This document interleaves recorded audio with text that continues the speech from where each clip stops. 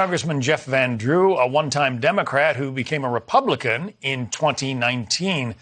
Congressman, what do you think are the prospects? We hear a lot of Democrats, including the president, saying that they want to pass Build Back Better, and they're basically going to stop at nothing until they get it done. What are the prospects, do you think?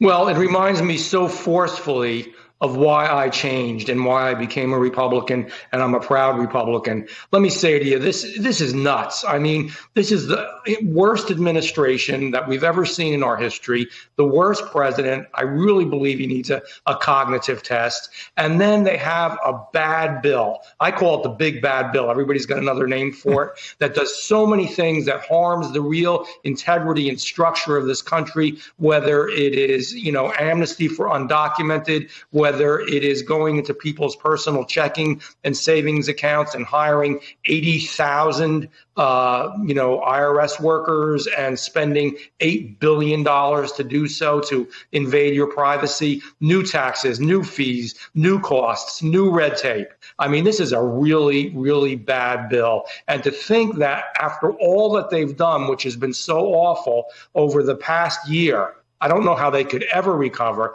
but they are going to decide to go down the same road and even make things worse. I find that hard to believe.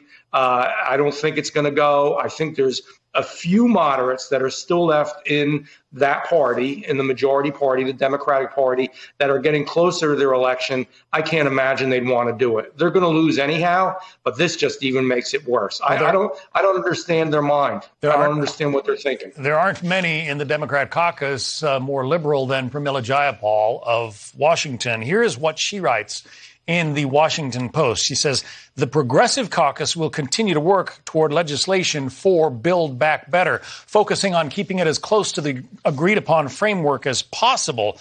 At the same time, we are calling on the president to use executive action to immediately improve people's lives. Now, it's not generally, it's rare, I guess, for a member of Congress to say, hey, executive branch, here, take this power, take the power of the purse that we are supposed to control in Congress and start spending money. But that's what she seems to be saying. Well, I mean, she's almost pushing this like, this was a dictatorship. It's not. We are a republic.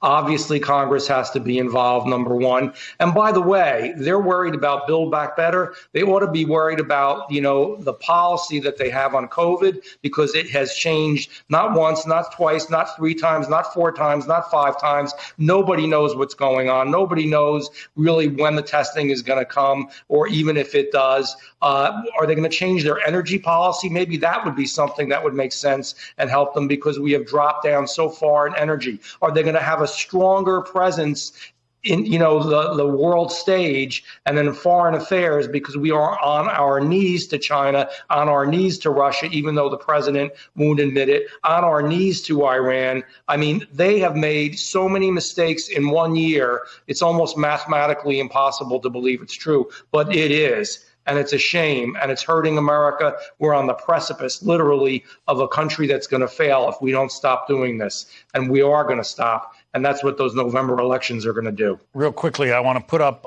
some of the legislative items that the Democrat-controlled Congress has failed to pass, Build Back Better being one of them.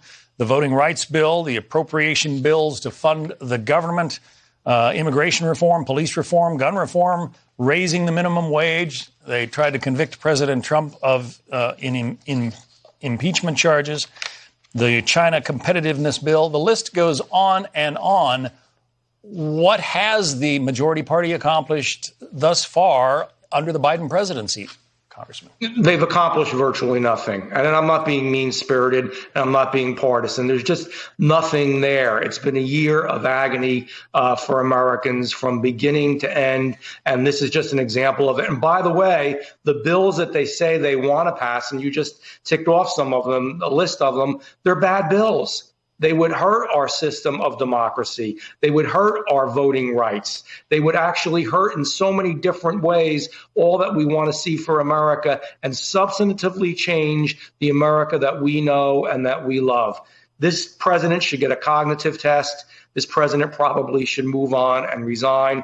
And God help us, I don't think the vice president would be any better, probably worse. But this has just been a terrible time. So I don't think anything they do at this point in time can really change where they're going to be in November. People want to change. I talk to people every day, and whether they're moderates or conservatives, whoever they are, and many of them are Democrats, and they just really believe it's time for us to do better.